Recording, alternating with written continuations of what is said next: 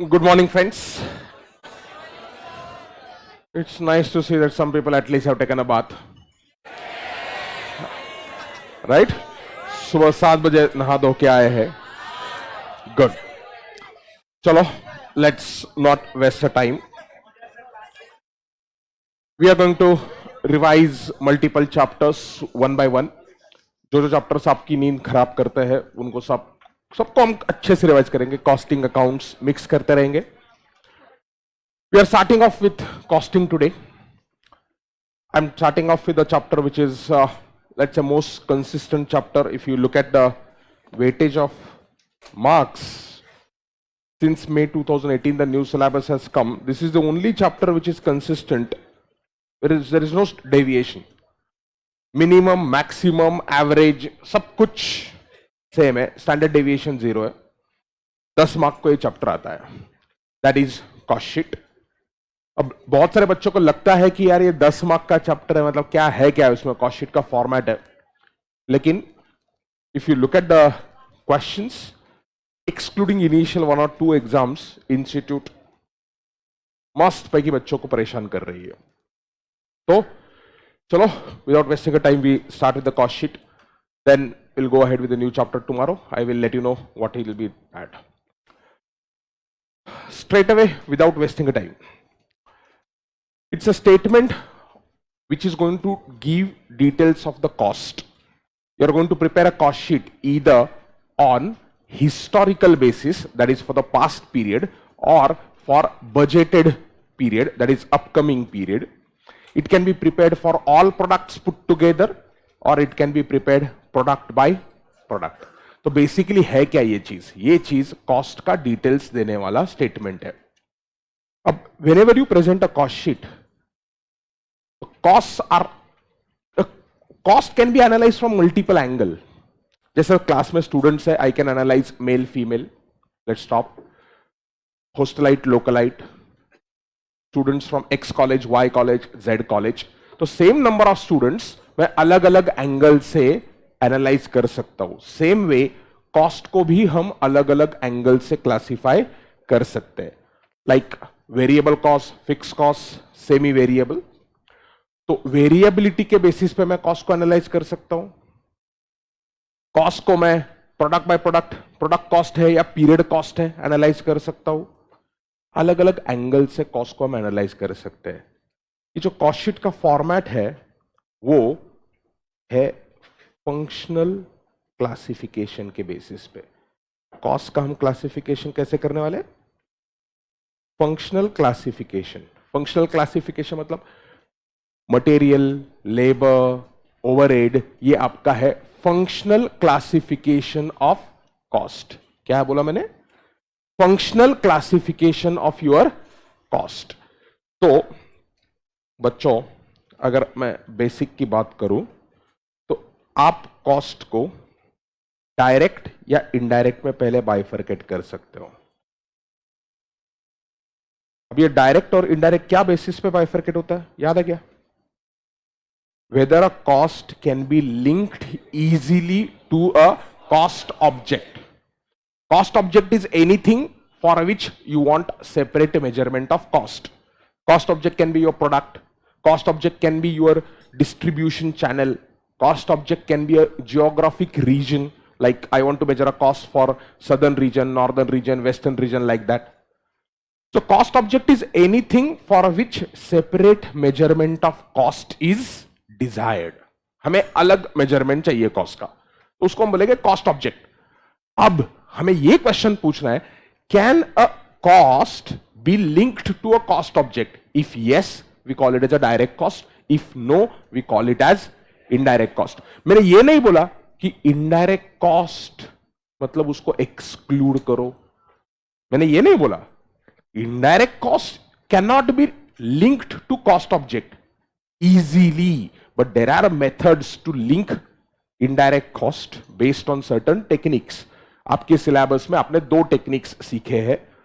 Number 1 absorption costing, which was overhead chapter, and number 2 activity based costing, ABC. तो indirect cost को हम ignore नहीं करते, हम लिंक करेंगे अल्टीमेटली. तो कॉस्ट को मैंने पहले क्लासिफाई किया डायरेक्ट और इनडायरेक्ट। अब डायरेक्ट में मुझे क्या करना है, फंक्शनल क्लासिफिकेशन देखना है। So in a functional classification I will have material, labour and what, other expenses. Overheads बोल रहे हैं, ओवरहेड्स बोल रहे हैं डायरेक्ट के अंदर। ठीक है, सुबह सुबह इफेक्ट हो सकता है, मतलब रिवीजन की जरूरत है, बट इतना भी रिवीजन का जरूरत नहीं होना चाहिए कि आप डायरेक्ट कॉस्ट के अंदर ओवरहेड डालो। So direct cost can be your material, can be your labour, can be other expenses. मतलब क्या होता है, मैन्युफैक्चरिंग ऑर्गेनाइजेशन में कोई भी चीज को प्रोड्यूस करने के लिए आपको जो जो मटेरियल लगता है उसका आप लिस्ट बना सकते हो। वो लिस्ट को हम बोलते थे बिल ऑफ मटेरियल। तो जो भी मटेरियल आप बिल ऑफ मटेरियल में लिख सकते हो उसको हम बोलेंगे डायरेक्ट मटेरियल। मतलब आप नेक्सस एस्टैब्लिश कर सकते हो। नेक्सस मतलब relationship. To produce 1 unit of finish goods I need 2 kgs of raw material A. I need 3 liters of raw material B. I need 5 units of raw material C. अगर ऐसा relationship अगर मैं express कर सकता हूं तो उसको हम क्या बोलेंगे, डायरेक्ट मटेरियल। तो डायरेक्ट मटेरियल कहां पे मिलेगा बच्चों, रिस्पॉन्स चाहिए मुझे, बिल ऑफ मटेरियल में मिलेगा। सो ये क्वांटिटी, इसका अमाउंट जो रहता है ना वो भी सिग्निफिकेंट रहता है in relation to the total cost. बहुत बार ऐसा होता है material can be link to the finish goods, but हम उसको इनडायरेक्ट बोलते हैं because amount of that material is so small that you do not want to track. For example car के मैन्युफैक्चरिंग में कुछ नट्स बोल्ट्स लग सकते हैं।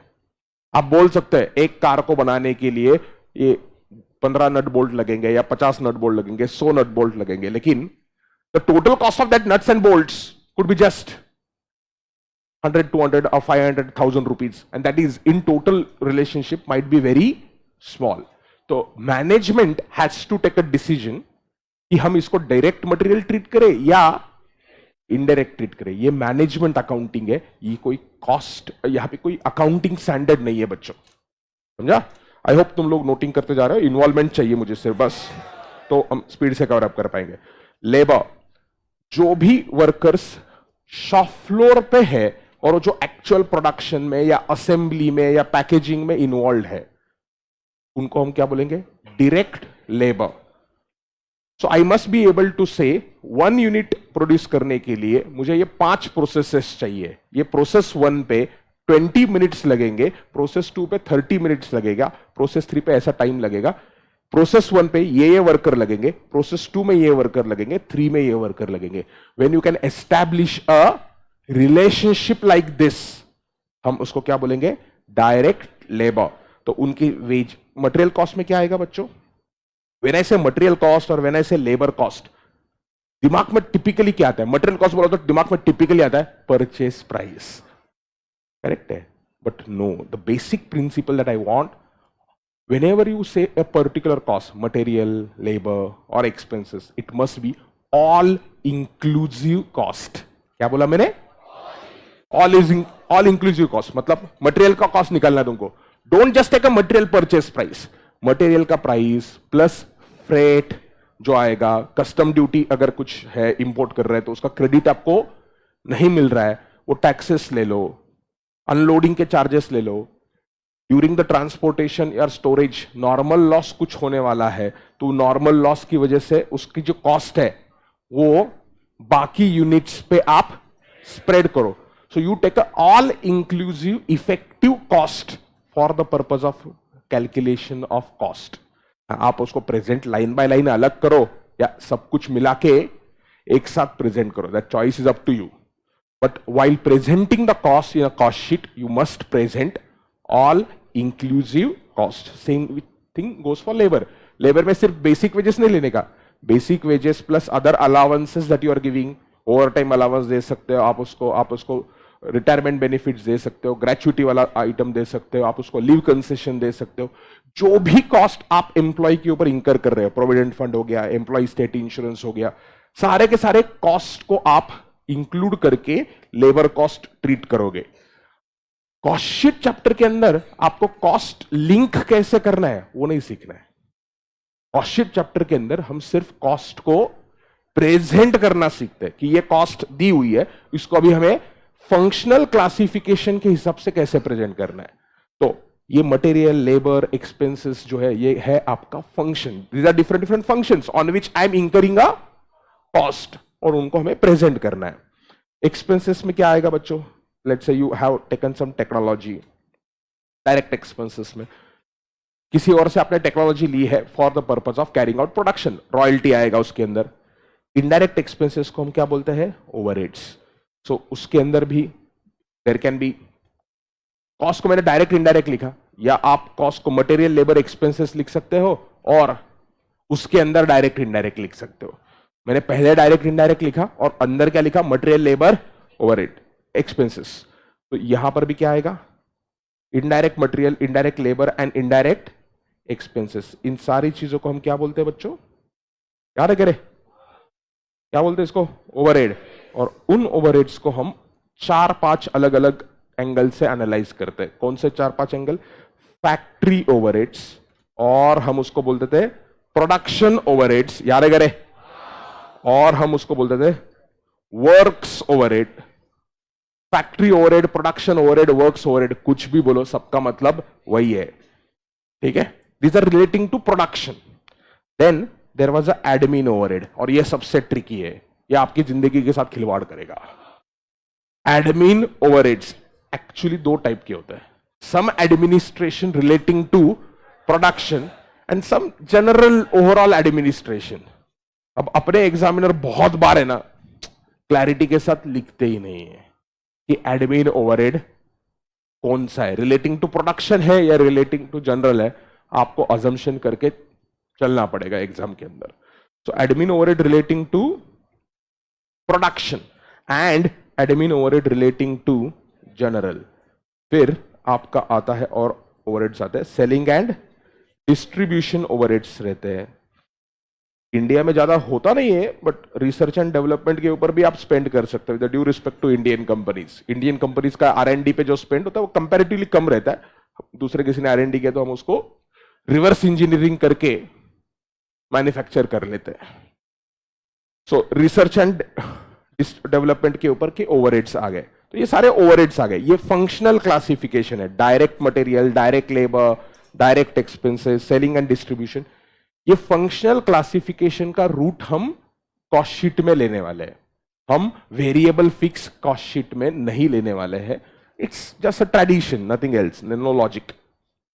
अब देखो फॉर्मेट, देखो ये फॉर्मेट आपने बहुत बार किया होगा और फिर मैं इसके ऊपर स्पेशल आइटम सबसे करवाऊंगा। तो कॉस्ट शीट में हम पहले डायरेक्ट कॉस्ट लिखेंगे, फिर इनडायरेक्ट कॉस्ट लिखेंगे। तो डायरेक्ट मटेरियल कंज्यूम्ड, जो मटेरियल मैंने परचेस किया वो मेरी कॉस्ट नहीं है। जो मटेरियल मैंने कंज्यूम किया, अब ये मटेरियल कंज्यूम आता कहां से? मैंने बोला था ऑलरेडी कि मैं बहुत सारे चैप्टर्स को लिंक करते रहूंगा। आप लोगों ने कुछ तो पढ़ा हुआ है, ऐसे नहीं हो कि आप पहली बार पढ़ रहे हो। तो लिंकिंग करने का थोड़ा बहुत कैपेबिलिटी आप में है। ये direct material consume, this is nothing but issue column of what? Stores ledger. Material chapter के अंदर आपने एक स्टोर्स लेजर करके चीज की थी। उस स्टोर्स लेजर में आपने क्या किया था? Receipts, issues, balance. तो मेरे फैक्ट्री के अंदर सप्लायर से जो मटेरियल आ गया वो रह गया इधर स्टोर्स के अंदर। वो स्टोर्स से मैं क्या कर लूंगा? इश्यू कर लूंगा। वो इश्यू जो है वो है material consumed. Remember, whenever I issue the material, I must know for which finished goods I have issued the material. Direct material है तो डायरेक्ट मटेरियल आप जब भी इश्यू करते हो आपको मालूम होना चाहिए ना कि ये मटेरियल कहां पर यूज होने वाला है। तो जब भी आपको कोई फिनिश गुड्स का प्रोडक्शन करना है, आप क्या करते हो? प्रोडक्शन प्लानिंग डिपार्टमेंट जो रहता है वो एक ऑर्डर पंच करता है। वो ऑर्डर पंच करता है, वो बोलता है order number so and so, customer से ऑर्डर आई होगी, आपका इंटरनल ऑर्डर नंबर होगा, ऑर्डर नंबर बोलो, जॉब नंबर बोलो, वर्क ऑर्डर नंबर बोलो या और कुछ भी बोलो। प्रोडक्शन प्लानिंग डिपार्टमेंट एक नंबर पंच करेगा, वो बोलता है नंबर 1395, ये वर्क ऑर्डर है for finish goods XYZ so and so quantity to be delivered by so and so date और to be produced by so and so date. अब वो प्रोडक्शन ऑर्डर लेके शॉप फ्लोर वाला जो बंदा है वो किसके पास जाता है? स्टोर्स के पास। वो बोलता है कि मुझे प्रोडक्शन ऑर्डर नंबर 1395 के लिए रॉ मटेरियल चाहिए। तो शॉप फ्लोर स्टोर्स वाला बंदा क्या करेगा? स्टोर्स वाला बंदा देखेगा अच्छा 1395 है क्या? हाँ है। ये 1395 ऑर्डर नंबर फिनिश गुड्स, कौन से फिनिश गुड्स के लिए? बोलो XYZ। तो XYZ फिनिश गुड्स के लिए क्या क्या रॉ मटेरियल लगता है वो देखेगा, क्या क्या क्वांटिटी में लगता है वो देखेगा। ये कहां पे रहेगा? बॉम्ब। और फिर देखेगा अच्छा 1395 order number is for 700 units of XYZ। For 700 units of XYZ what all raw material is required, check करो और उसको वो इश्यू करेगा। और लिंक करो क्या? सारा का सारा मटेरियल अगर उसने इश्यू किया एक साथ तो प्रोसेस कॉस्टिंग में डिग्री ऑफ कंप्लीशन उसका 100% आता था।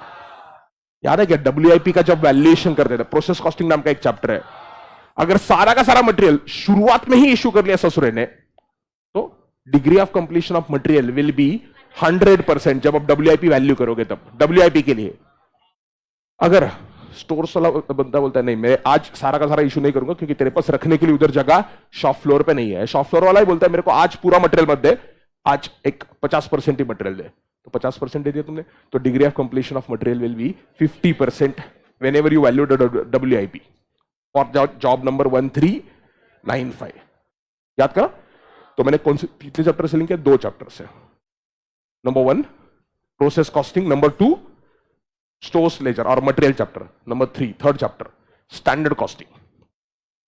स्टैंडर्ड कॉस्टिंग में जब आप वेरिएंस कैलकुलेट करते हो there are 2 ways to calculate a variance. Price का मटेरियल जब आप परचेस करते हो उसके हिसाब से वेरिएंस निकाल सकते हो, या मटेरियल जब आप कंज्यूम करते हो उसके हिसाब से वेरिएंस निकाल सकते हो। दोनों सही है, एक गलत कुछ नहीं उसमें, आपको दोनों आंसर लिखने चाहिए एग्जाम के अंदर।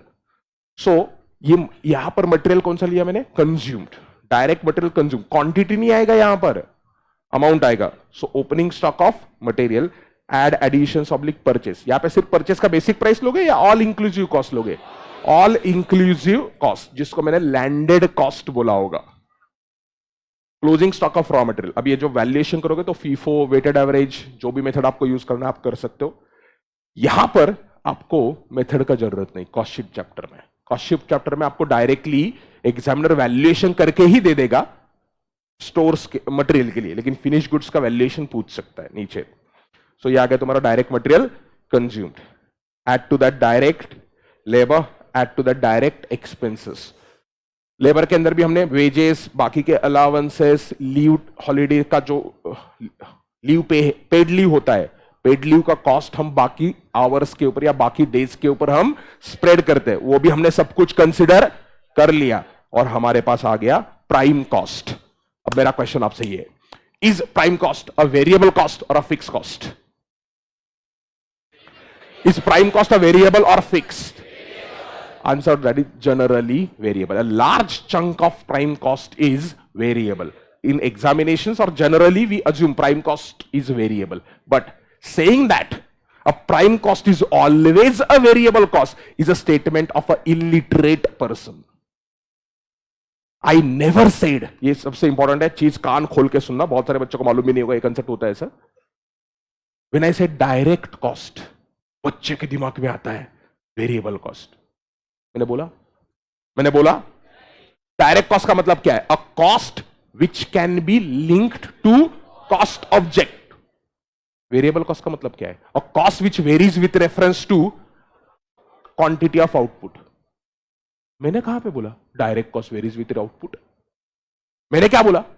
अ cost which can be linked to output is a direct cost. तो क्या ऐसा हो सकता है there is a direct cost but it is not variable? हाँ, अब बोले हाँ ऐसा कैसे? एग्जाम्पल देता हूं तुमको।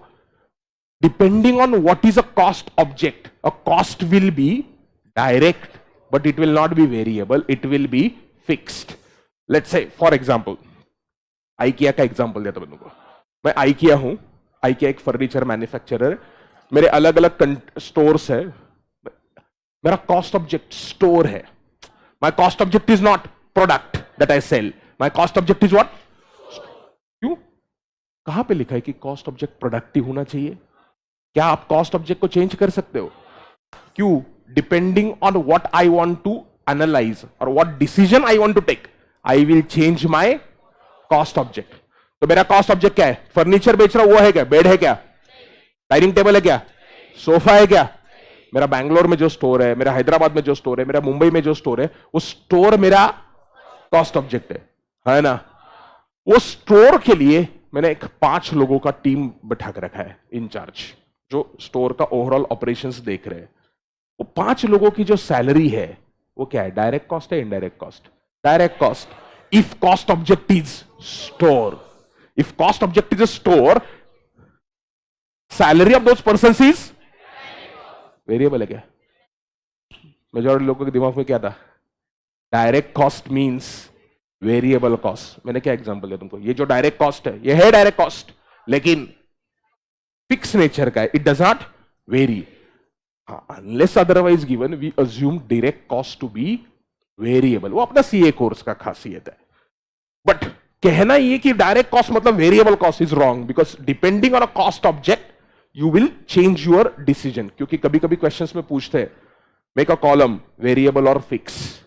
तो ये कॉस्ट वेरिएबल है फिक्स आपको लिखना पड़ेगा. तो कुछ नहीं दिया तो हम अज्यूम करेंगे all prime cost elements are variable. But I hope you are clear. Can there be indirect cost which is variable? Yes. Direct मतलब वेरिएबल और इनडायरेक्ट मतलब फिक्स, ये सिर्फ गधा ही कह सकता है जिसको कॉन्सेप्ट मालूम नहीं है. क्या बोले? गधी भी हो सकती है. प्राइम कॉस्ट आ गया. Prime cost add works overhead oblique factory overheads. अब ये ओवरहेड अक्रूड लेने का है. हम कैश बेसिस ऑफ अकाउंटिंग नहीं कर रहे. तुमने पेमेंट किया है और कुछ आउटस्टैंडिंग अमाउंट भी यहां पे लेने का है. So all your works overhead will come up here. All your indirect cost shall be presented there.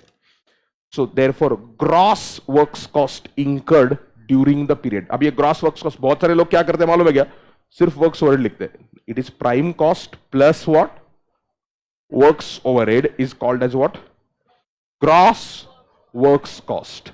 Add to that opening WIP. Add to that what? Opening WIP. अब ये WIP का valuation कहां पे है? प्रोसेस कॉस्टिंग नाम का एक chapter है. WIP के वैल्यूएशन के लिए आपको क्या लगता है? Degree of completion. बट वो डिग्री ऑफ कंप्लीशन अभी अभी मैंने एग्जांपल दिया, it is not same for all cost elements. Degree of completion varies from what? Cost element to element. मैं कहां पर हूं? स्टोर्स में. ये क्या है? शॉप फ्लोर है. शॉप फ्लोर वाला बंदा आ गया, मैंने पूरा का पूरा मटेरियल इशू किया 100%. अब उसके ऊपर वो ससुरा काम करना शुरू करेगा. As on a particular date, जिस डेट पे आप WIP का वैल्यूएशन करोगे, आप क्या करोगे? आप देखोगे कितना काम हुआ है. कैसे? आपको हर एक वर्कर को टाइम शीट मेंटेन करना पड़ेगा. आप चेक करोगे ये जॉब नंबर 1395 पे अब तक कितने घंटे काम हुआ है. WIP is valued job by job. हर एक जॉब को आप चेक करोगे. अच्छा, जॉब नंबर 1395 पेंडिंग है. ओके, इसके लिए मटेरियल पूरा इशू किया था या पार्शियली इशू किया था? आप बोलते हैं पूरा इशू किया था. सॉफ्टवेयर में आपके पास रिकॉर्ड होना चाहिए. पूरा इशू किया तो डिग्री ऑफ कंप्लीशन आ गया मटेरियल का 100. लेबर के लिए क्या करोगे आप चेक करोगे टाइम शीट. हर एक वर्कर अपना टाइम शीट फिलअप करेगा हर रोज, so that we can allocate a labour cost to the respective job. Financial accounting में इसका जरूरत नहीं होता, लेकिन कॉस्ट अकाउंटिंग में हमें जरूरत होता है. फाइनेंशियल अकाउंटिंग में आप सिर्फ एंट्री पास करोगे, wages account debit to bank account, या wages account debit to employee account and employee to bank. हमें यहां पर वो वेजेस को रिस्पेक्टिव जॉब को अलोकेट करना है. तो मैंने खोल के देखा 1395. ओके, सब वर्कर्स मिला के अब तक 400 घंटे काम हो गए. फिर मैं चेक करता हूं जो 1395 जॉब है उसके लिए कितना समय लगना चाहिए. वो है total let's say 900 hours. So you are work for 400 hours out of 900. 4 by 9 is a degree of completion for labor. You understand that? And that is how we value WIP. Same way overheads ka degree of completion is normally taken in relation to labor. Labour का जितना degree of completion होता है उतना ही हम overheads का लेके हम बोलते हैं चलो वैल्यूएशन करो डब्ल्यूआईपी का। तो ऑन अ पर्टिकुलर डेट जितने भी जॉब्स इनकम्प्लीट है उसका आप क्या करोगे, वैल्यूएशन करोगे। वैल्यूएशन करके अमाउंट यहां पर आएगा, opening WIP less closing WIP, therefore works cost during the period, factory cost और works cost of goods produced during the period add. अभी ये सबसे इंपॉर्टेंट है। अब आपको और एक कॉन्सेप्ट मालूम होना चाहिए, जो भी कॉस्ट आप इंकर करते हो वो दो टाइप में हम बाइफरकेट करते हैं for the purpose of valuing stock. Inventory का जो भी वैल्यूएशन करना होता है, इसलिए कॉस्ट के दो बच्चे होते हैं। बोलो बच्चों, कौन से बच्चे हैं ये? Product cost and period cost. हर एक कॉस्ट को आपको पूछना पड़ता है, hey cost who are you a product cost और are you a period cost? Product cost को हम बोलते हैं इन्वेंटोरिएबल कॉस्ट, इन्वेंटोरिएबल कॉस्ट, और ये पीरियड कॉस्ट है। Product cost is included in the valuation of inventory. Basically it is included, this is excluded. अब depending on the technique that you use, what is product cost and what is period cost is gonna vary. Absorption costing में product cost क्या है और marginal costing में product cost क्या है, अलग अलग है। अब बोलेंगे क्यों सर, कौन सा सही है? Depends on what is your objective ना। नॉर्मली आपको अगर फाइनेंशियल स्टेटमेंट्स बनाने होते हैं तो absorption costing is more suitable.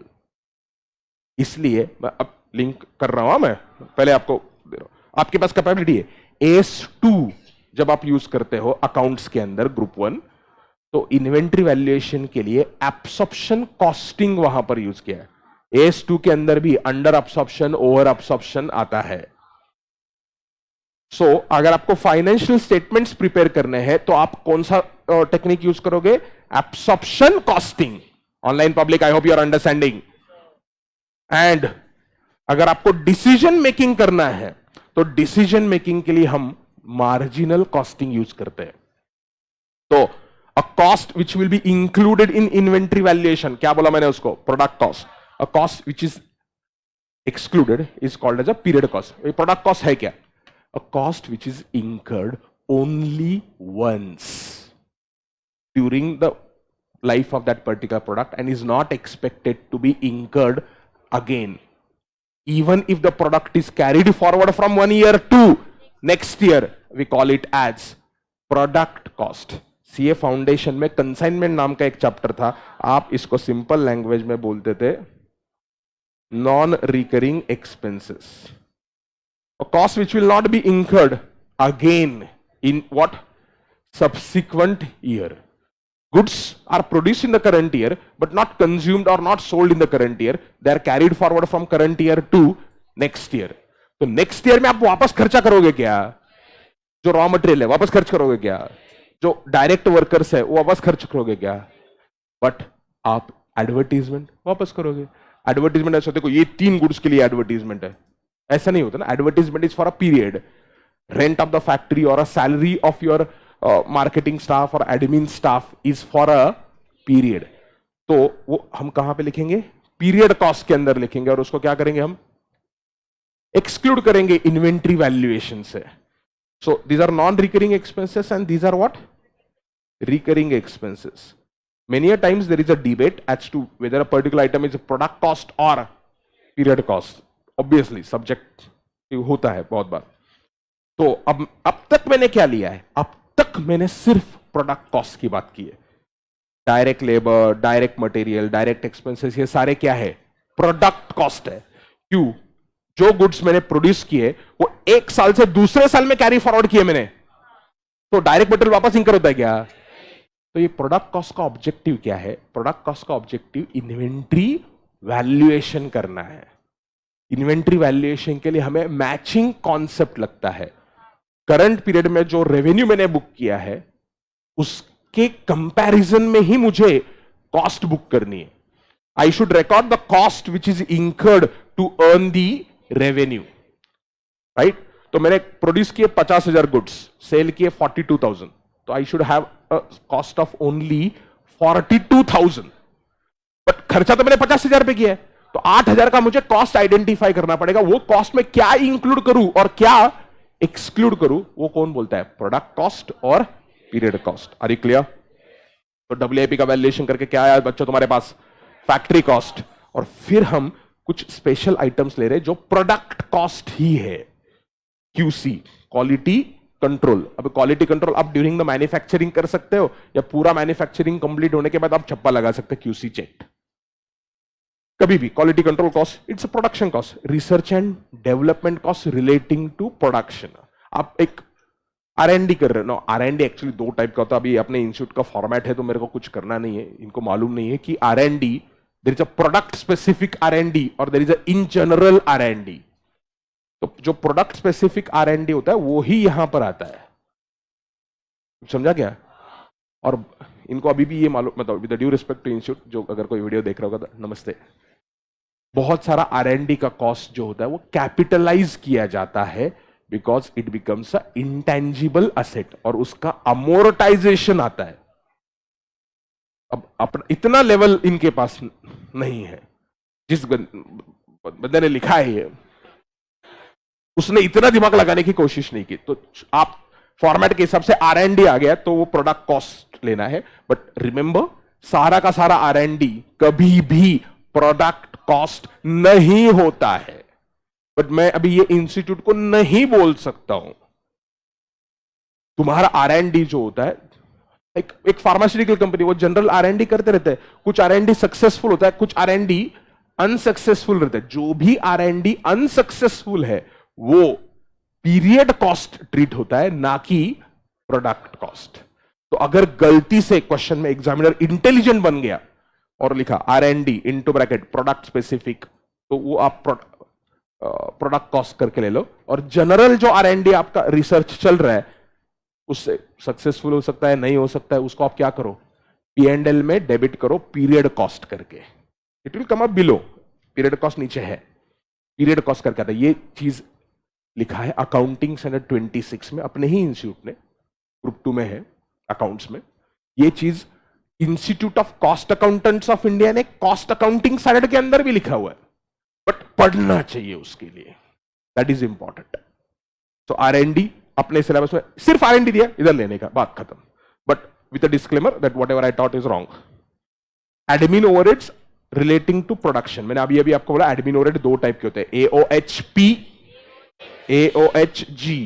This is admin overhead relating to production. अगर क्वेश्चन में दिया तो less credit for recoveries oblique scrap oblique by product during manufacturing. अगर स्क्रैप जनरेट हो रहा है तो अब सबसे इंपॉर्टेंट, ये स्क्रैप तुम्हारा जान ले लेगा रियल लाइफ में, एग्जाम में। क्यों? मैंने नीचे स्पेशल आइटम्स में स्क्रैप लिखा होना चाहिए कहीं ना कहीं, तो treatment of scrap.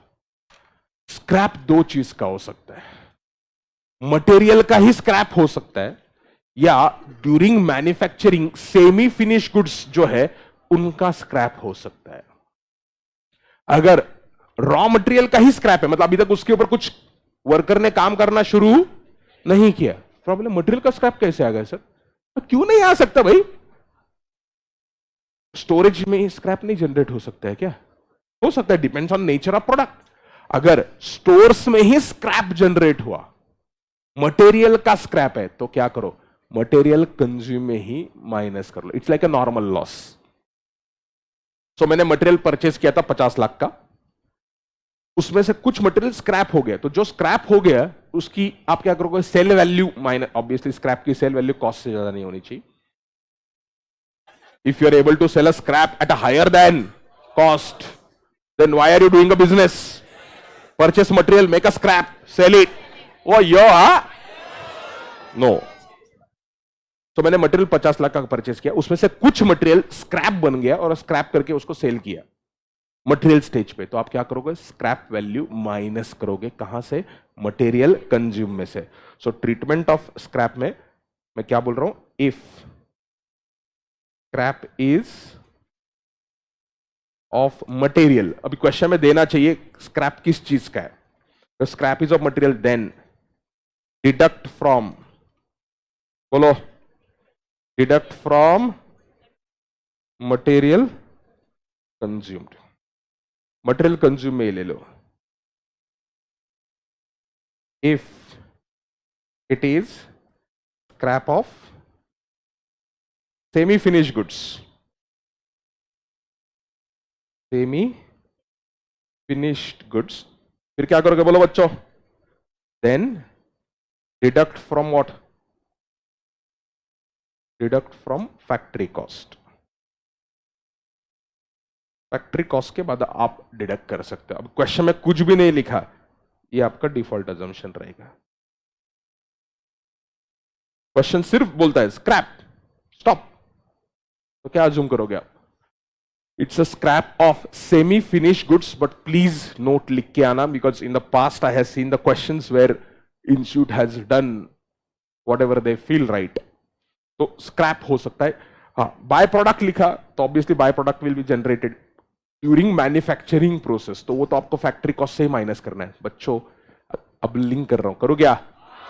Joint product by product chapter या प्रोसेस कॉस्टिंग चैप्टर याद करो, इमेजिन करो process account, debit side, process के लिए मटेरियल, लेबर, प्रोसेस का ओवरहेड, जो भी खर्चा था प्रोसेस के रिलेटेड, डेबिट कर लिया। नॉर्मल लॉस आप क्रेडिट कर देते। What you are crediting? You are crediting sale value of normal loss. That normal loss was nothing but scrap. तो जो भी मैन्युफैक्चरिंग प्रोसेस में स्क्रैप जनरेट हुआ, वो आप क्या कर रहे हो? लेस कर रहे हो। Less credit for recoveries, scrap और by product. Add packaging cost which is primary. Product को सेलेबल कंडीशन में लाने के लिए जो पैकेजिंग लगता है वो प्राइमरी है। So for example let's say slice है, वो अपना मैंगो जूस बेचता है, तो मैंगो जूस तो आप ऐसे लोगों को टैप के थ्रू दे नहीं सकते, टैप ओपन किया चलो जाओ पियो। तो मैंगो जूस आपको बेचने के लिए प्लास्टिक का कंटेनर लगेगा, बॉटल लगेगा, तो वो प्लास्टिक के कंटेनर में आपने मैंगो जूस डाल दिया लोगों को बेचने के लिए, लेकिन वो प्लास्टिक का कंटेनर के ऊपर आप कैटरीना कैफ लगा देते हो, मतलब उसका रैपर लगा देते हो। वो जो रैपर है वो सेकेंडरी पैकिंग है। या ये ऐसे प्लास्टिक के बोटल्स जो है वो ट्रांसपोर्ट करने के लिए आप कोरुगेटेड बॉक्स रहता है, एक मटेरियल रहता है, तो कोरुगेटेड बॉक्स में या क्रेट रहता है प्लास्टिक का, उसके अंदर आप इसका ट्रांसपोर्टेशन या डिस्ट्रीब्यूशन करते हो, वो है सेकेंडरी पैकिंग। प्राइमरी पैकिंग क्या है? वो जूस आप बॉटल में डाल रहे थे, उसको हमने क्या बोला बच्चों? Primary packing. और जो बाकी का रैपर, कैटरीना कैफ या बाकी जो भी एडवर्टीजमेंट मटेरियल है, वो हम नीचे सेलिंग एंड डिस्ट्रीब्यूशन करके ले लेंगे या एडवर्टीजमेंट मटेरियल करके ले लेंगे। तो प्राइमरी पैकिंग आ गया। ये आ गई आपकी cost of production during the current period. Are you clear?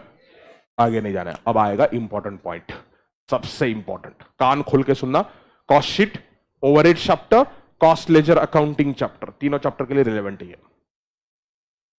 ये मैंने उस टाइम पे शुरुआत में आपको नहीं बोला था, लेकिन कॉस्ट लेजर अकाउंट के टाइम पे 101% बोला होगा। Listen to this carefully.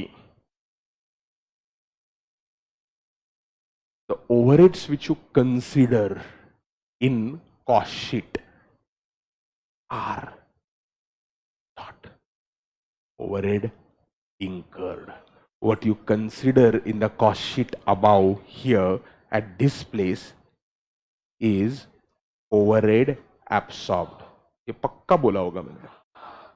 Cost ledger accounting करके चैप्टर है, उसमें इधर आप क्या करते हो? ओवरहेड एब्सॉर्ब्ड लेते हो।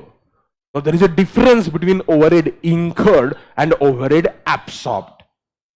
अब बोलेंगे डिफरेंस? हाँ, डिफरेंस आएगा, दिखाता हूं, एक्सप्लेन करता हूं। सो इमेजिन करिए, यहां पे मैंने लिखा है जगह एब्सॉर्प्शन ऑफ ओवरहेड्स। एक एग्जांपल दे रहा हूं। लेट्स से मैंने ओवरहेड इंकर किए थे, फैक्ट्री ओवरहेड इंकर्ड। शुरुआत में तो एक्सप्लेन नहीं कर पाया था, लेकिन कॉस्ट लेजर में एक्सप्लेन किया रहेगा। Factory overhead incurred is ₹57 lakh for example.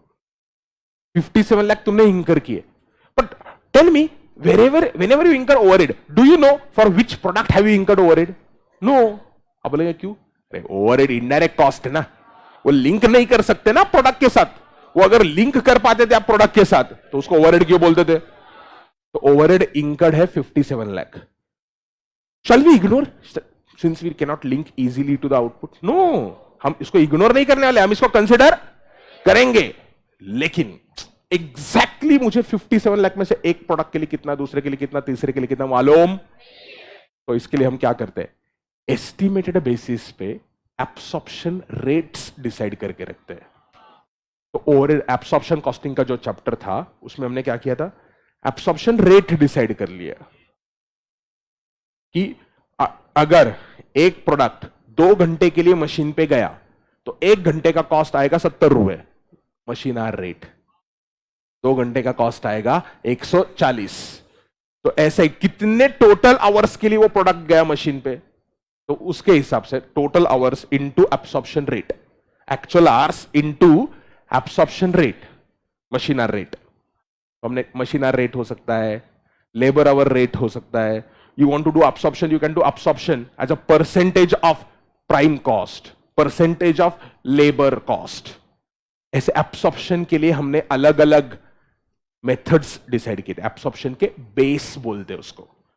So absorption can be done on per hour basis, per machine hour, per labor hour. Absorption can be percentage of prime cost, percentage of labor cost.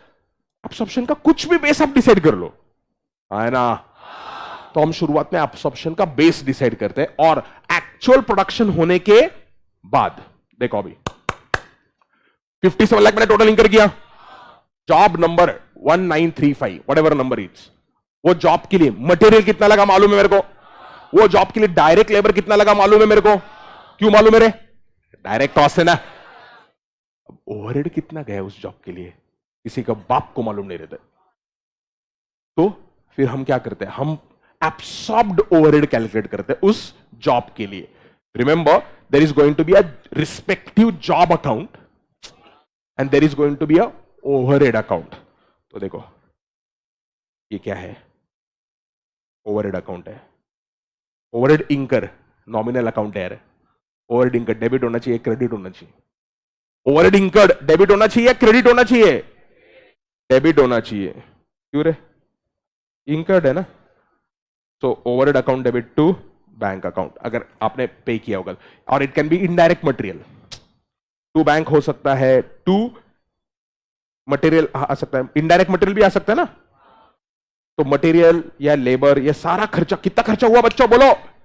57 lakh का खर्चा हुआ है. Overhead incurred is a debit, है ना. अब मेरे पास क्या है?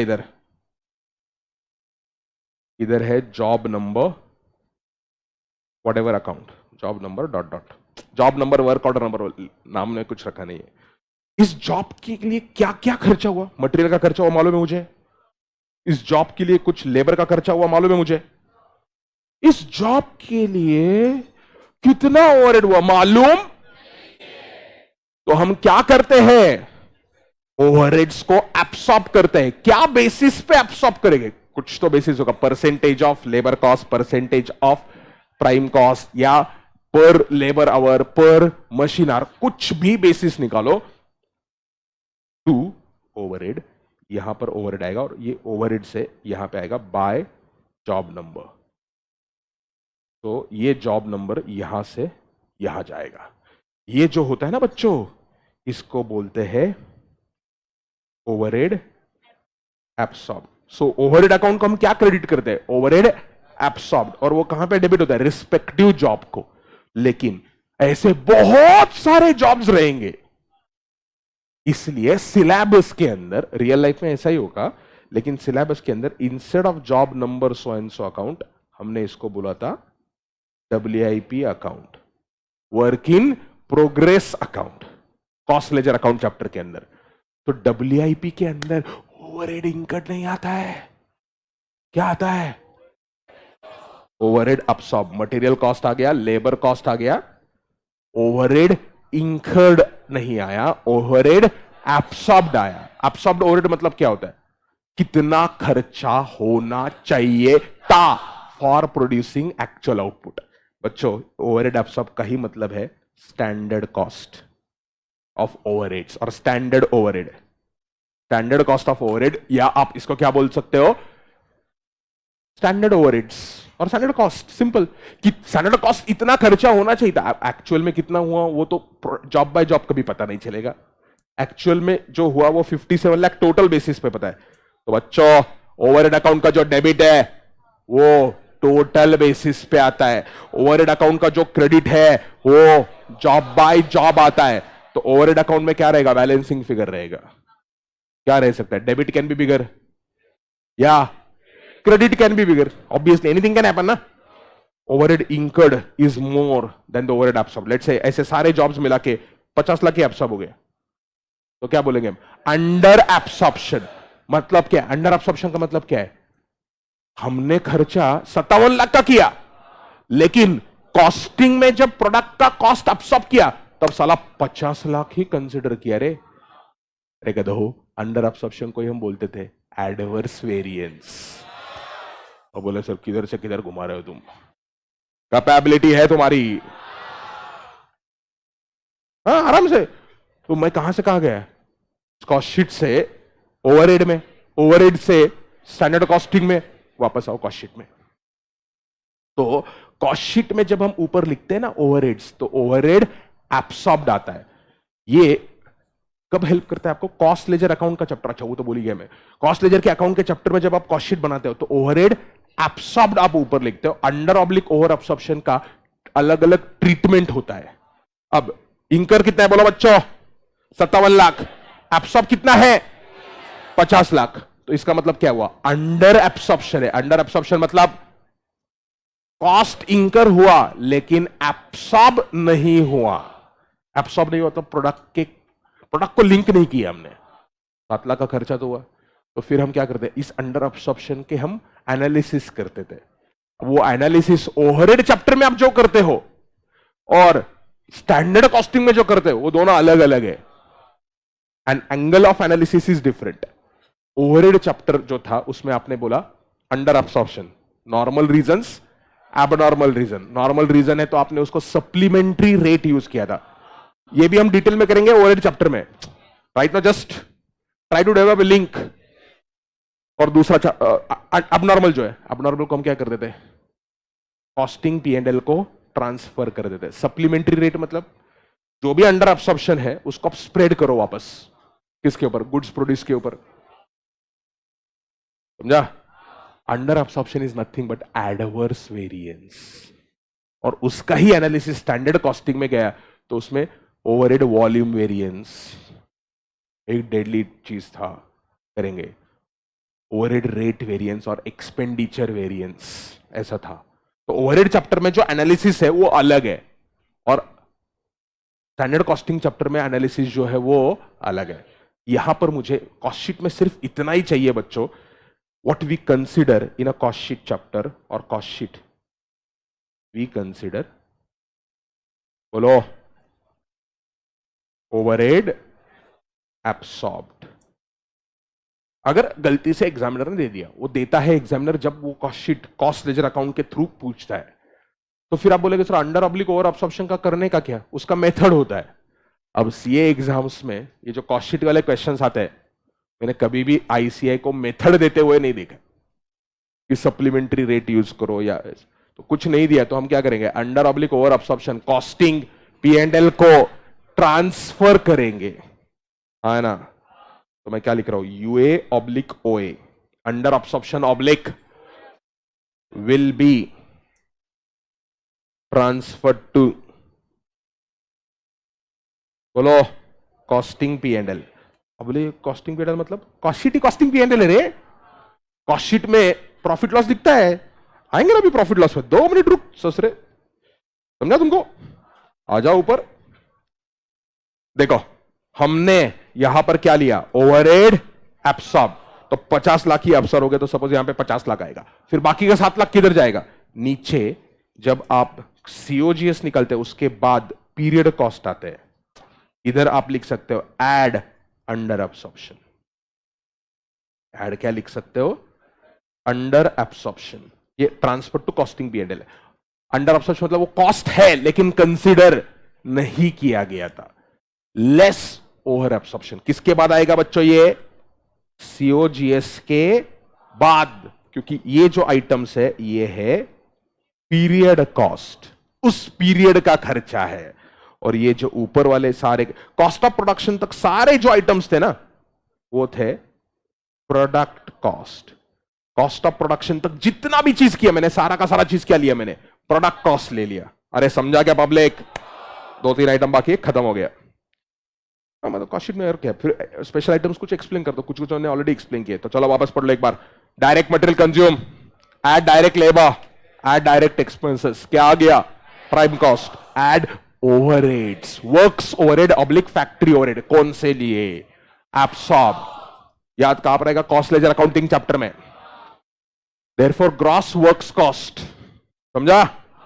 Add opening WIP, degree of completion लेके हमने इसको वैल्यू किया, लेस क्लोजिंग डब्ल्यूआईपी, ठीक है? वो बचा है, वो अभी तक प्रोड्यूस नहीं हुआ।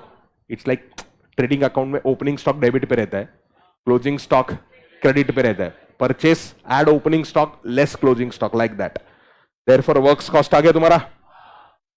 Add QC, add R and D यहां पर गलत है। ये R and D product specific भी होता है और कुछ जनरल आर एंड डी होता है। रियल लाइफ में मेजर आर एंड डी जो रहता है वो जनरल रहता है। रियल लाइफ में मेजर आर एंड डी का अमाउंट प्रोडक्ट कॉस्ट नहीं रहता है। बट ये अपने इंस्टीट्यूट के ये जो भी बंदा है वहां पे बोर्ड ऑफ स्टडी में बैठा हुआ, माता माते भाई साहब प्रणाम, प्लीज पढ़ना थोड़ा बहुत।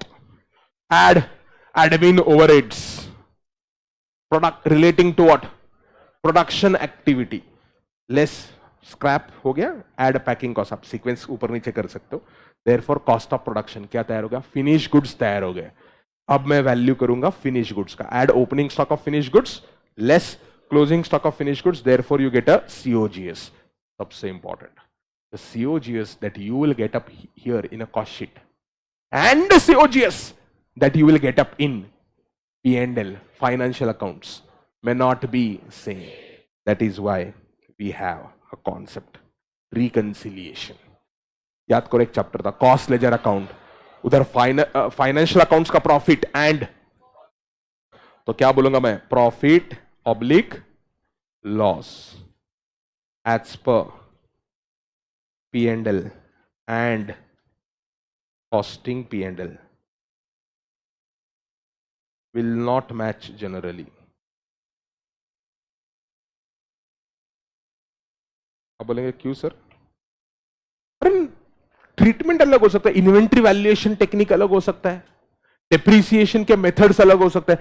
फाइनेंशियल अकाउंटिंग के लिए आपको कंपल्सरीली एसएलएम या डब्ल्यूडीवी बाय डिफॉल्ट लिखा है। Actually you can follow something else by taking a permission, but normally SLM या डब्ल्यूडीवी फॉलो किया जाता है। किसके लिए? फाइनेंशियल अकाउंटिंग के लिए।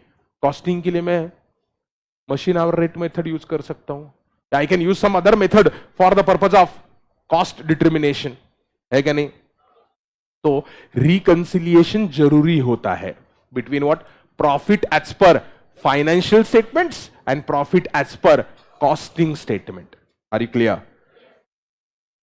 Sales minus gross profit is COGS. बहुत बार एग्जामिनर ग्रॉस प्रॉफिट का परसेंटेज देता है, तो sales minus gross profit will B equal to what? COGS. COGS में आपने क्या किया? एडमिन ओवरहेड्स जनरल नेचर के लिए, मार्केटिंग ओवरहेड्स लिए, सेलिंग ओवरहेड्स लिए, अंडर अब्सॉर्प्शन ऐड किया। ओवर अब्सॉर्प्शन रहेगा तो लेस करोगे, डिस्ट्रीब्यूशन ओवरहेड्स आया, therefore cost of sales. Hey tell me, have I taken all the elements of cost? No, like loss on sale of asset कहां पे लिया? Interest नहीं लिया। क्यों? नीचे कमेंट करता हूं, have patience. There can be income, let's say you have invested in the equity shares of some company, आपको डिविडेंड मिला, वो आएगा कॉस्ट शीट के अंदर? नहीं। कॉस्ट शीट का ऑब्जेक्टिव क्या है? To show the calculation of cost of production. That is why there are so many items which are going to be there in the P&L but not there in costing P&L or cost sheet. Income earned on investment यहां पे नहीं आएगा। Interest on debt we generally ignore. Why? There is a logic. I'll show it below. Have patience. Interest on debt हम normally exclude करते हैं। Loss on sale of asset exclude किया। Profit on sale of asset किधर है? तो P&L में बहुत सारे आइटम। इनकम टैक्स पे किया तुमने, किधर है? आया क्या? इनडायरेक्ट टैक्सेस, वो तो कॉस्ट है ही नहीं, क्योंकि हम कस्टमर से रिकवर करते हैं और गवर्नमेंट को पे करते हैं. Indirect taxes we recover from customer and pay to government. या परचेस के टाइम पे हमने टैक्स पे किया, उसका इनपुट टैक्स क्रेडिट मिलता है. लेकिन बोलोगे अभी अगर तुमने कॉम्पेंसेशन स्कीम अवेल किया है, कॉम्पेंसेशन है उसको नाम, कॉम्पेंसेशन डीलर है तुम, कंपोजिशन डीलर हो तुम, कंपोजिशन डीलर हो, you are opted for composition scheme. In GST, if you learn GST, there is something called the composition scheme, which is a simplified scheme. So instead of calculating tax payable on sales, less input tax credit, therefore net tax payable, आपको क्या करना है, आपका जो cell value है उसका कुछ percentage services के लिए अलग है, गुड्स के लिए अलग है. गुड्स के लिए कम है, सर्विस के लिए ज्यादा है. सर्विस के लिए 6% है मेरे हिसाब से, जितना मेरा नॉलेज है.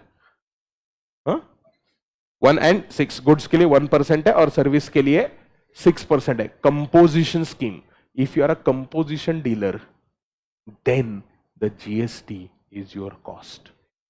क्यों आप इनवॉइस में GST अलग से नहीं लिख सकते हो कंपोजिशन डीलर के लिए. तो चलो important point,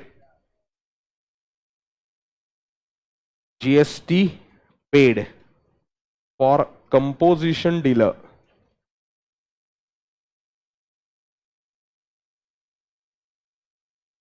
will be cost. आप कहां पे दिखाओगे? Show it after cost of sales, cost of COGS. Show it after COGS. तो कॉस्ट ऑफ सेल्स में इंक्लूड करो उसको, लेकिन मतलब आप अब मटेरियल के ऊपर है या फिनिश गुड्स के ऊपर, किसको मालूम है? वो ऐसा आप पे करते हो, यू पे 1% और 6% depending on the rate given in the income GST law. उसके ऊपर क्वेश्चन अभी तक आया नहीं है. एक RTP में क्वेश्चन आया हुआ है, मैं आपको दिखा रहा हूं questions. I am going to share the questions also with you with answers, some questions. आपने क्या करना चाहिए आज, लंच डिनर या जो भी जब भी आपको टाइम मिले, आप जस्ट क्या करना, ऑडिट करनी है. और जो बच्चे सिर्फ ग्रुप 1 लिख रहे, आप प्रॉपरली उनको सॉल्व करके, या रफ बुक में भी आप एटलीस्ट सॉल्व करके देख सकते. जो सिर्फ ग्रुप 1 लिख रहे, जो बच्चे दोनों ग्रुप कर रहे, तुम ऑडिट करो, क्योंकि तुम्हारा ऑडिट का भी सब्जेक्ट चालू है ना. So therefore cost of sales, add net profit or loss as per costing. Therefore क्या दिखाया आपने, सेल्स. तो सारे के सारे आइटम आए क्या P&L के यहां पर? नहीं, कुछ आइटम्स नहीं आए, इसलिए क्या किया, रिकंसिलिएशन. अब कुछ special items, abnormal cost excluded from cost sheet. हम उनको डायरेक्ट P&L में लिख दे. लाइक फाइन्स लगाया तुमको, पेनल्टी लगाया, मैंने नीचे एग्जांपल दिया है, एक्सक्लूडेड. फाइन, पेनल्टी, डैमेजेस वगैरह कुछ पे किया आपने, तो they are treated like abnormal cost. They are not treated as a cost of production. Since it is not a cost of production, we exclude it. Cost sheet is primarily going to be a cost of production. That's why we are going to exclude these abnormal items. अगर आपने गलती से contract costing का chapter किया होगा, तो उसमें एक आधे क्वेश्चन में सब पेनल्टी आता है.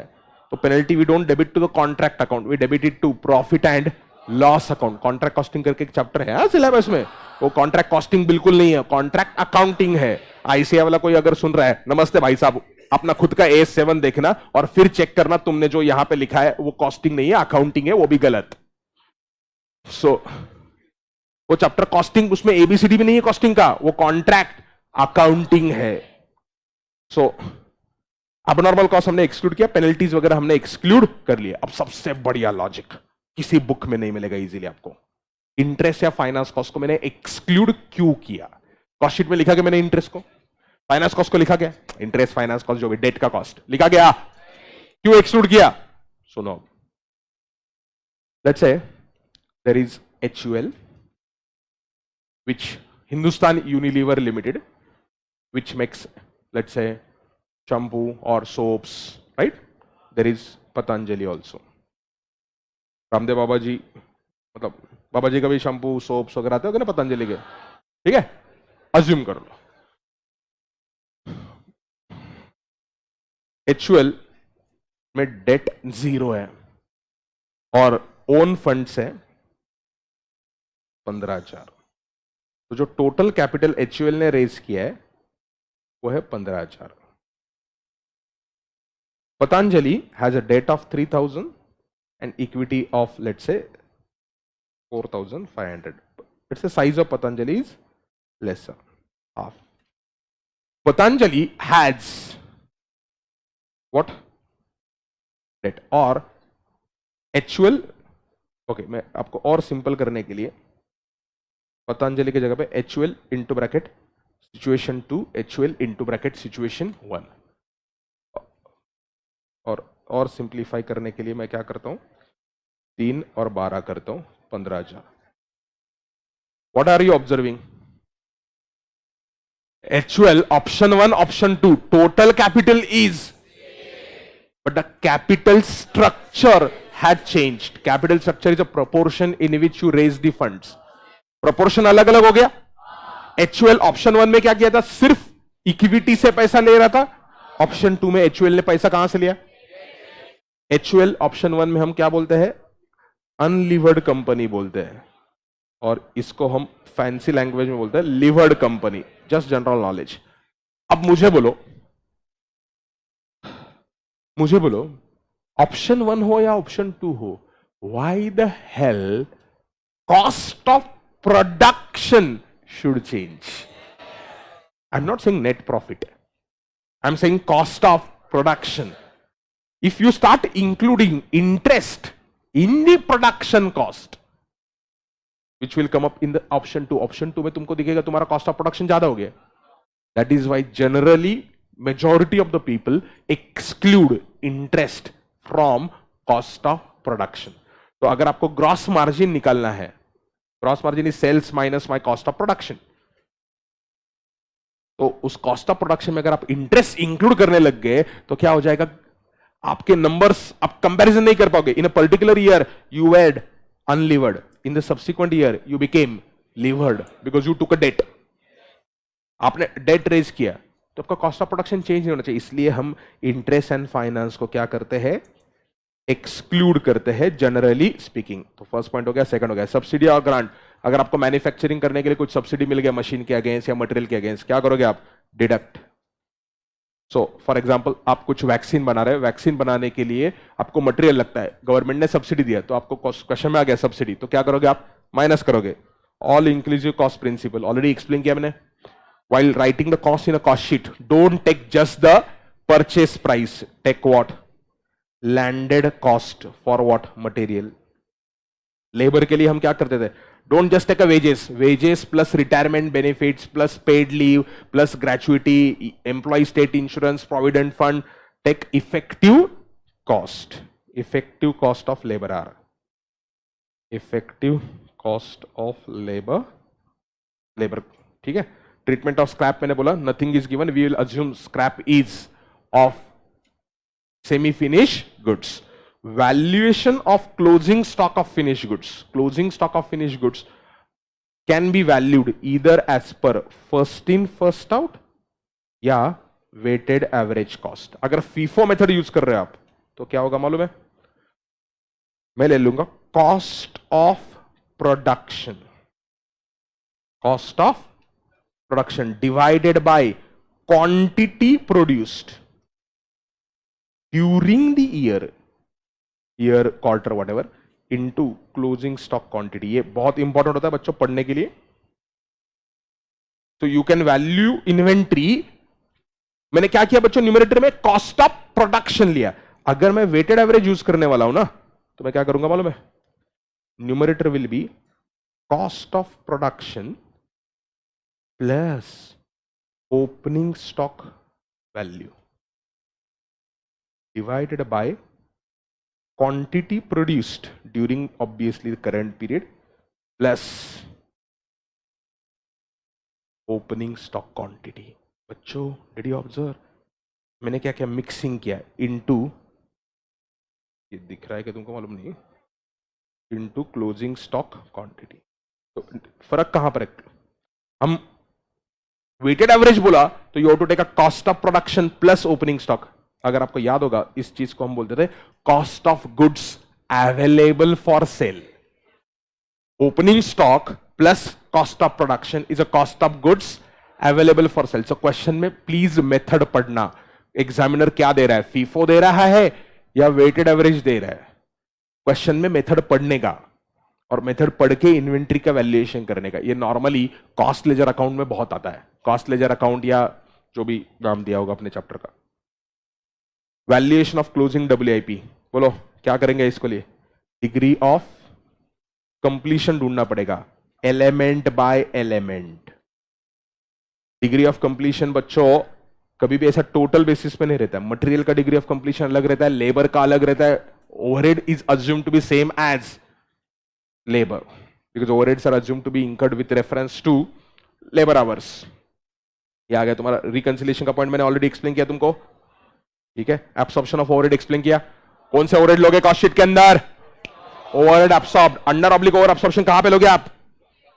नीचे अलग से लोगे। पैकिंग कॉस्ट, बोलो प्राइमरी पैकिंग है तो क्या बोलेंगे अब उसको? Product cost. और सेकेंडरी पैकिंग है तो सेकेंडरी पैकिंग को हम बोलेंगे पीरियड कॉस्ट, ठीक है। कन्वर्जन कॉस्ट का मतलब क्या रहता है? कभी कभी आता है लेबर प्लस फैक्ट्री ओवरहेड, इसको ही हम बोलते हैं conversion cost. I did not say total overheads. Labour plus factory overhead is equal to which cost? Conversion cost. Question solve करते टाइम पे बहुत बार लगता है ये, मटेरियल नहीं आएगा उसको, या डिग्री ऑफ कंप्लीशन बहुत बार कन्वर्जन कॉस्ट का ही देते हैं। Gross profit and net profit expression can be express as a percentage of cost और can be express as percentage of sales. When it is express as a percentage of sales हम उसको बोलते हैं margin, और when it is express as a percentage of cost हम उसको क्या बोलते हैं? मार्कअप। क्वेश्चन में पढ़ने का मार्कअप है या मार्जिन है? मार्जिन परसेंटेज ऑफ सेल्स रहता है, मार्कअप परसेंटेज ऑफ कॉस्ट रहता है। सबसे इंपॉर्टेंट, खतरनाक, बजट चैप्टर में बहुत काम में आएगा ये। Volume change and price level change, ये क्वेश्चन ठीक से पढ़ना क्या रहता है। Last year I produce 10,000 units, current year I am going to produce 12,000 units. This is a volume change, 20% volume increase हो रहा है। 10,000 के जगह पे हम कितना प्रोड्यूस कर रहे हैं? 12,000 प्रोड्यूस कर रहे हैं। इसको क्या बोलते हैं हम? Volume change. और प्राइस लेवल चेंज मतलब एक यूनिट के लिए पहले हम 80 रुपया पे कर रहे थे, अब एक यूनिट के लिए हम 83 रुपीज पे करेंगे फॉर एग्जाम्पल। क्वेश्चन में हमेशा पढ़ो, see your cost is volume, volume मतलब ओके, वॉल्यूम जिसको अभी भी समझाने, क्वांटिटी इनटू प्राइस। क्वांटिटी में भी चेंज होता है, क्वांटिटी प्रोड्यूस्ड के अंदर, और प्राइस ऑफ द मटेरियल और प्राइस ऑफ वेरियस एलिमेंट्स उसके अंदर भी चेंज होता है। तो आपको ठीक से पढ़ना पड़ेगा क्वेश्चन में क्या दिया है। Does it give you change in quantity और does it give you change in price, और are they giving you both? याद है? So for example last year I produce 10,000 units. एक देखो, मैं बोलता हूं 2020-21 मटेरियल कॉस्ट वॉज 80 lakhs, ठीक है। एंड आई से FG produced, FG quantity was 10,000. I say during the next year, price of material will go up by 7% and quantity produced will go up by 20%. Quantity produced will go up by 20% and the price of material will go up by 7%, whatever. तो आप क्या करोगे? 21-22 quantity produce will go up by 20%, मतलब 10 के जगह पे आप क्या करोगे? 12,000। और बच्चा क्या करता है इधर डायरेक्टली 80 लाख में 7% ऐड करता है। अरे गधे ऐसा नहीं होगा, तो पहले तेरे को क्या करना पड़ेगा? Per unit cost last year का ढूंढना पड़ेगा। Per unit cost last year का 800 था, वो 800 का इंफ्लेशन की वजह से 7% से बढ़ेगा। 800 प्लस 7% इज इक्वल टू 856। तो आपका टोटल कॉस्ट कितना आएगा? 12,000 इंटू 856, 1 करोड़, 1 करोड़ 2 लाख। तो इसमें से कुछ क्या है? प्राइस लेवल चेंज है। इनपुट कॉस्ट आपका 800 से 856 हो गया, और कुछ वॉल्यूम लेवल चेंज है। क्वेश्चन में वो ठीक से पढ़ने का। Cost is a net effect of volume and price. Semi variable cost and step up cost दोनों अलग होता है कॉस्ट शीट के अंदर। बहुत सारे कॉस्ट शीट में आईसीए स्टेप अप कॉस्ट को ही सेमी वेरिएबल कॉस्ट बोलता है। Semi variable cost is a cost which has a fixed element as well as variable element, that is called as what, semi variable. Step up cost मतलब क्या होता है, देखो ये ऐसा, ये अगर एक्स एक्सिस पे क्वांटिटी है और वाई एक्सिस पे कॉस्ट है, ऐसा डायग्राम अगर आ गया तो उसको क्या बोलेंगे, this is a diagram of step up cost. अपना आईसी है, स्टेप अप कॉस्ट को ही सेमी वेरिएबल कॉस्ट बोलता है। And what is your graph of semi-variable cost? The semi-variable cost will look something like this. This is semi-variable cost. और ये होता है step up cost. बहुत सारे क्वेश्चंस आए इसके ऊपर जहां पर इंस्टीट्यूट सेमी वेरिएबल कॉस्ट को स्टेप अप कॉस्ट बोलता है। तो बोलता है कि from this level to this level of capacity utilisation cost will remain to be so and so. तो रहता एक्चुअली स्टेप अप है, बट उसको बोलते क्या है, सेमी वेरिएबल। ठीक है, सच ये सेमी वेरिएबल को हम बाइफरकेट करते हैं। इसको बाइफरकेट करने के लिए सच में रिग्रेशन इक्वेशन यूज करना चाहिए, बट सीए कोर्स में हम ऐसा नहीं करते। तो ये सेमी वेरिएबल को हम बाइफरकेट कैसे करते थे बच्चों, याद है क्या, high low method. High low method मतलब हम क्या बोलते थे, variable cost is equal to, बोलो, वेरिएबल कॉस्ट का मतलब क्या लिखा था हमने, चेंज इन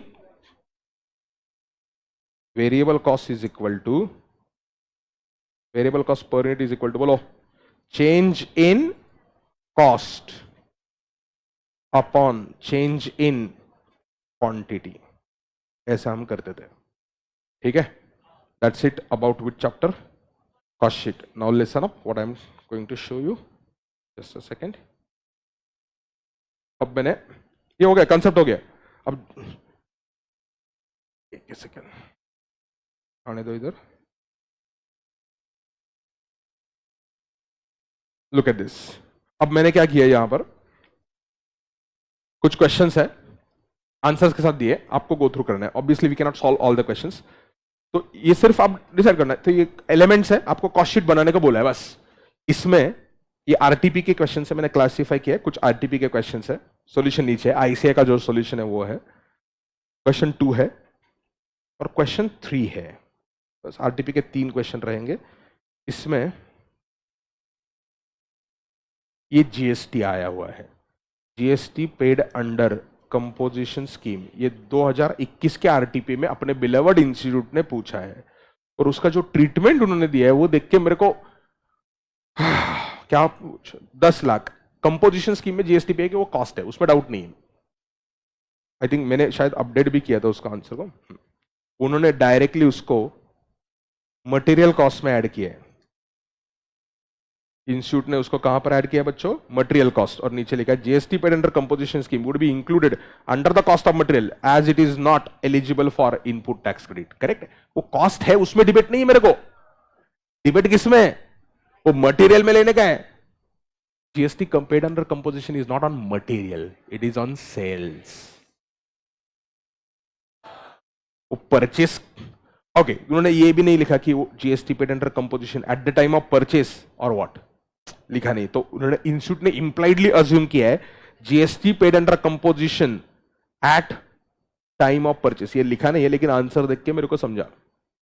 अगर ऐसा कुछ नहीं लिखा, ब्लैंक लाइन आया GST paid under composition, material के अंदर ठोक दो। हाँ, लेकिन अगर मेरे जैसा थोड़ा सीखा हुआ आदमी वहां पे लिखता है GST paid under composition on sales, तो क्या करो, सीओजीएस के बाद उसको दिखाओ। तो ये क्वेश्चंस है, आप क्या कर सकते हो, गो थ्रू कर सकते हो। फिर मुझे पास्ट एग्जाम में जो क्वेश्चंस इंपॉर्टेंट आए हैं, वो जो लगते हैं, वो क्वेश्चंस यहां पर है, 2-3 क्वेश्चंस और उनके आंसर्स है। ये हमने क्लास में किए हुए हैं, अगर आप है तो। और ये आंसर्स जो बच्चा एकत्व में नहीं है, मैं एकत्व का टेलीग्राम ग्रुप है कुछ, तो एकत्व एकेडमी करके, वो यूट्यूब के डिस्क्रिप्शन में नीचे लिखा रहेगा। उस टेलीग्राम ग्रुप पे ये दोनों फाइल्स, अभी जो हाथ से लिखा हुआ वो फाइल प्लस ये फाइल, ये मैं शेयर करता हूँ। और ये नोट्स के जो क्वेश्चंस है जो हमने ऑलरेडी सॉल्व किए, तो आपने जिनके पास नोट्स है वो गो थ्रू कर सकते हो, जिनके पास नहीं है आप ऊपर के क्वेश्चंस भी गो थ्रू कर लिए, और आप जहां पे सीखे होगे वो क्वेश्चंस कर लिए तो भी ठीक है, कोई प्रॉब्लम नहीं है। कॉन्सेप्ट आपको क्लियर हो गया। So like this we will revise what concepts. Problem अगर सॉल्विंग किया ना तो पूरा चैप्टर कवरेज कभी भी नहीं हो सकता। अभी अगर मैं प्रॉब्लम सॉल्व किया तो कितने हो गए थे, 2 या मैक्सिमम 3 क्वेश्चन हो गए थे, लेकिन उन 3 क्वेश्चन में पूरा कॉन्सेप्ट कवर नहीं होता। तो आप क्वेश्चंस के आंसर्स मैंने दिए ना, आप क्या कर लो, मैं आपको सॉल्व करने को नहीं बोल रहा हूं यार, आप क्या कर सकते हो, इसको ऑडिट आप कर सकते हो ना। मैं ये नहीं बोल रहा हूं कि एट स्ट्रेच आप 6 क्वेश्चंस का ऑडिट करो, एक क्वेश्चन अभी किया, एक क्वेश्चन थोड़ा दोपहर में किया, ऐसे ऐसे इधर उधर ऑडिट कर लिया, सिर्फ क्वेश्चन देख लिया, आंसर आपने कैलकुलेशन नहीं किया तो भी चलेगा। जो ग्रुप 2 कर रहे हैं, बहुत ग्रुप्स कर रहे हैं, जो बच्चा सिर्फ ग्रुप 1 कर रहा है उसके पास टाइम ही टाइम है जिंदगी का, समझा चिराग? इधर उधर गली में नहीं जाने का ऑडिट करने का, गली का ऑडिट नहीं करने का। I hope you understood, right? Tomorrow will take up some chapter, which one you want? Marginal standard of direct चलेगा या तुमको बीच वाले प्रोसेस हम सब करेंगे, बीच वाले पहले कर लेता, ठीक है, कोई तो बीच वाला कर लेंगे, मार्जिनल स्टैंडर्ड पे भी जाएंगे। Thank you. So okay, bye bye.